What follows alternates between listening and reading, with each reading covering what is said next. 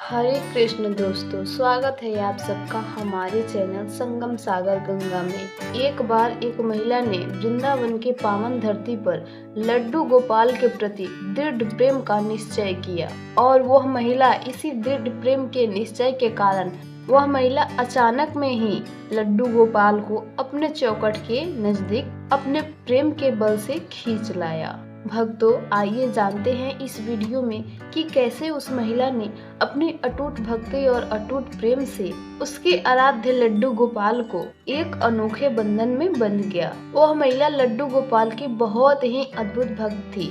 वह महिला रोज सुबह उठकर खुद स्नान करती और फिर कान्हा जी को भी नहलाती, फिर लड्डू गोपाल का कपड़े बदलती, फिर चंदन का तिलक लगाती।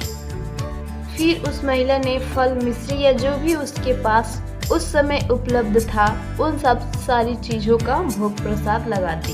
फिर लल्ला को भोग लगाने के बाद ही तुरंत प्रसाद पाती। फिर शाम को महिला ने अपने लल्ला की आरती उतारती और भोग भी लगाती। महिला के मन में पूरे दिन हमेशा कान्हा कान्हा का नाम ही चलता रहता। एक पल भी ऐसा नहीं होता जिस पल महिला ने अपने लल्ला का नाम याद नहीं करती। एक दिन सुबह अकस्मात उस महिला को बहुत ही तेज हिचकी आने लगी।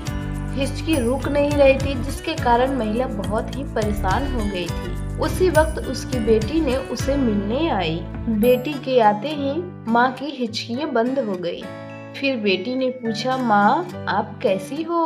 बेटा सब ठीक है, लड्डू गोपाल की कृपा से सब कुशल मंगल है, लेकिन अकस्मात आज सुबह से बहुत तेज मुझे हिचकियाँ आ रही थी। अभी जैसे ही तुमने आया वैसे ही हिचकी भी खत्म हो गई।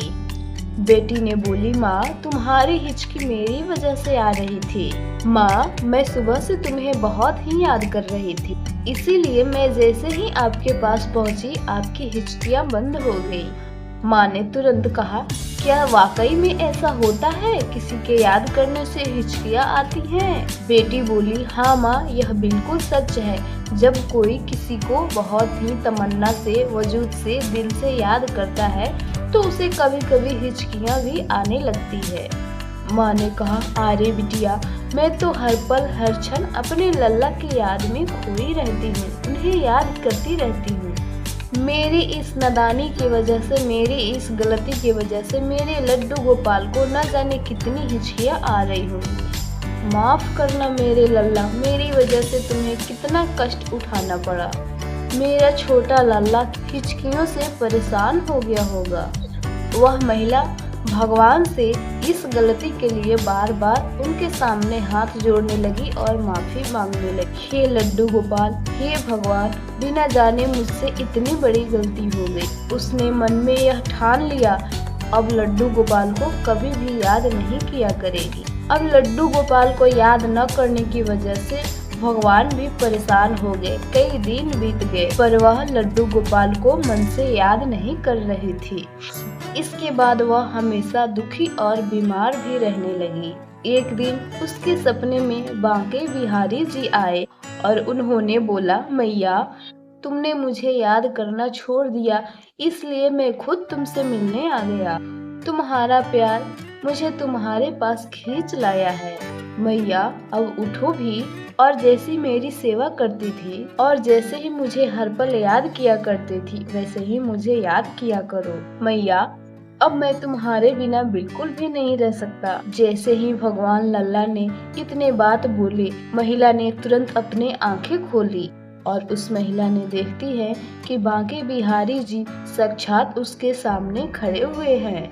उन्हें देखकर वह महिला ने तुरंत उनके चरणों में गिर पड़ती है और रोते हुए कहने लगी, मेरे प्रभु आप मेरे जैसे गरीब के घर आए, ये मेरा सौभाग्य है, लेकिन मेरे दिल को सोचकर यह बहुत दुख होता है कि मेरी वजह से आपको यहाँ तक आने में कितना कष्ट उठाना पड़ा होगा। मेरे भक्ति और अटूट प्रेम में कभी भी कोई ऐसी गलती नहीं होगी। मैं वचन देती हूँ भगवान, मैं कभी भी ऐसी भूल नहीं करूँगी। इसके बाद माता ने फिर से रोजाना भगवान की पूजा सेवा अटूट विश्वास के साथ करने लगी, जैसे वह पहले किया करती थी। जिस प्रकार उस महिला की भक्ति भरी प्रेम और निष्ठा ने भगवान को उसके द्वार पर खींच लाया, उसकी अटूट आस्था और विश्वास ने यह सिद्ध कर दिया कि सच्ची भक्ति और प्रेम की शक्ति अपार होती है। यह कहानी से हमें यही सीख मिलती है कि भगवान हमेशा अपने भक्तों की रक्षा करते हैं, अपने भक्तों के साथ रहते हैं। इस कहानी से हमें यह भी सीखने को मिला कि भक्ति हमें अटूट निष्ठा और विश्वास के साथ करनी चाहिए। दोस्तों, क्या आपके भी मन में लड्डू गोपाल की पूजा करते समय कुछ ऐसे सवाल आए होंगे तो कमेंट्स में जरूर साझा करें।